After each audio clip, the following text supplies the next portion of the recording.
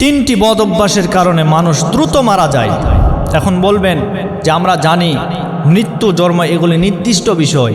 হ্যাঁ নির্দিষ্ট, তবে কিছু কিছু আমলের কারণে, কিছু কিছু বদ অভ্যাসের কারণে আমাদের হায়াত কমে যায়। সুতরাং আমরা এই তিনটি বদ অভ্যাস পরিত্যাগ করার চেষ্টা করব। এর ভিতরে এক নম্বরে যে বদ অভ্যাস সেটি হলো বেশি কথা বলা। আমার নবীজি বলেন তোমরা কথা বলো কম কিন্তু কাজ করো বেশি। কিন্তু আমাদের ক্ষেত্রে উল্টো চিত্র, আমরা কথা বলি বেশি কিন্তু কাজ করি কম। আমার নবীজি বলেন কথা কম বলতে হবে। কম বলা এটা মুমিনের গুণ, কম কথা বলা মুমিনের গুণ।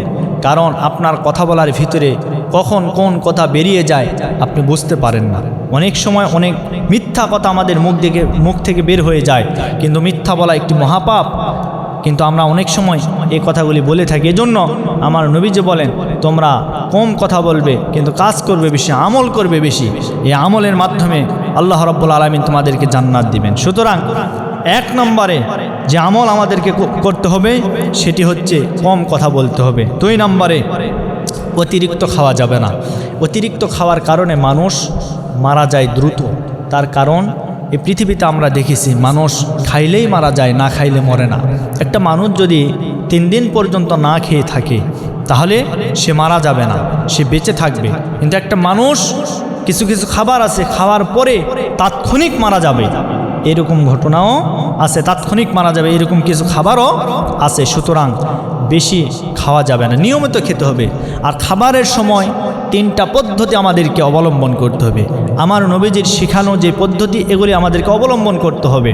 আমার নবীজি বলেন খাবারের সময় 3টা সুন্নাহ তোমরা গ্রহণ করো। 1 নম্বরে খাবার, 2 নম্বরে পানি, 3 নম্বরে আল্লাহর জন্য ফাঁকা রাখতে হবে। এই 3টি পদ্ধতিতে আমরা যদি খাবার গ্রহণ করতে পারি, খাবার খাওয়ার পরে যে সমস্ত রোগগুলি আমাদেরকে আক্রমণ করে এই রোগগুলি কখনো আমাদেরকে আক্রমণ করবে না।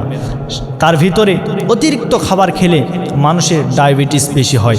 অতিরিক্ত খাবার খেলে হার্ট স্ট্রোকের রোগ বৃদ্ধি পাবে।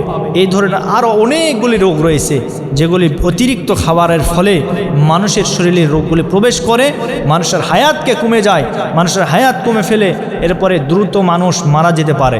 এজন্য খাবারকে নিয়ন্ত্রণ করতে হবে, খেতে হবে কম কিন্তু আমল করতে হবে বেশি। এরপরে 3 নম্বরে হচ্ছে বেশি বেশি রাত জেগে থাকা। আমরা এখন আমাদের একটা ট্রেন্ড হয়ে গেছে, প্রচলন হয়ে গেছে, আমরা রাত 1টা 2টা পর্যন্ত জেগে থাকি। সারা দিন টাচ ফোন হাতের ভিতরে নিয়ে আমরা ফোন টিপতেছি, দ্বিধারছে, ঘুম নেই চোখে। 3টার পরে ফজরের আজানের পূর্ব মুহূর্তে আমরা ঘুমিয়ে যাচ্ছি। এই ঘুমটা আমাদের জন্য ক্ষতিকারক। কারণ সকালবেলা যেই সময়ে আল্লাহর ইবাদত করার সময়, যেই সময়টাতে আল্লাহ রাব্বুল আলামিন তার প্রথম আসমানে নেমে আসে, যেই সময়ে আল্লাহ জান্নাতের হাওয়া চালু করে, এই সময়টাতে আমরা ঘুমের ভিতরে পড়লাম, রোগ বালায় আমাদেরকে আক্রমণ করে ফেললো, ফলে আমরা দ্রুত মারা গেলাম। সুতরাং আমরা যদি সকালবেলার যেই হাওয়াটা, সকালবেলার যে বাতাস, নির্মল বাতাস, এই বাতাস যদি আমরা উপভোগ করতে পারি, আমাদের শরীরের ভিতর থেকে রোগ বালাইগুলি দূর হয়ে যাবে, আমাদের শরীরটাও সুস্থ থাকবে। কিন্তু আমরা কি করি?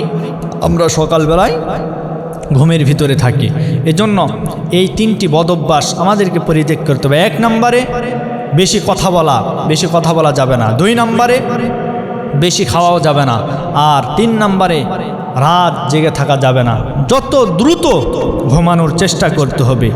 এই 3টি বদ অভ্যাস যদি আমরা পরিত্যাগ করতে পারি, ইনশাআল্লাহ আমাদের যে হায়াতের সীমারেখা আল্লাহ রাব্বুল আলামিন যতদিন আমাদেরকে বেঁধে দিয়েছেন ততদিন পর্যন্ত আমরা বাঁচতে পারবো।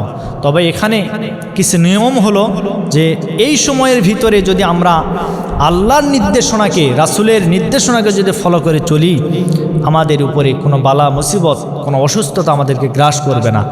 এজন্য আমরা এই আমলগুলি করার চেষ্টা করব ইনশাআল্লাহ।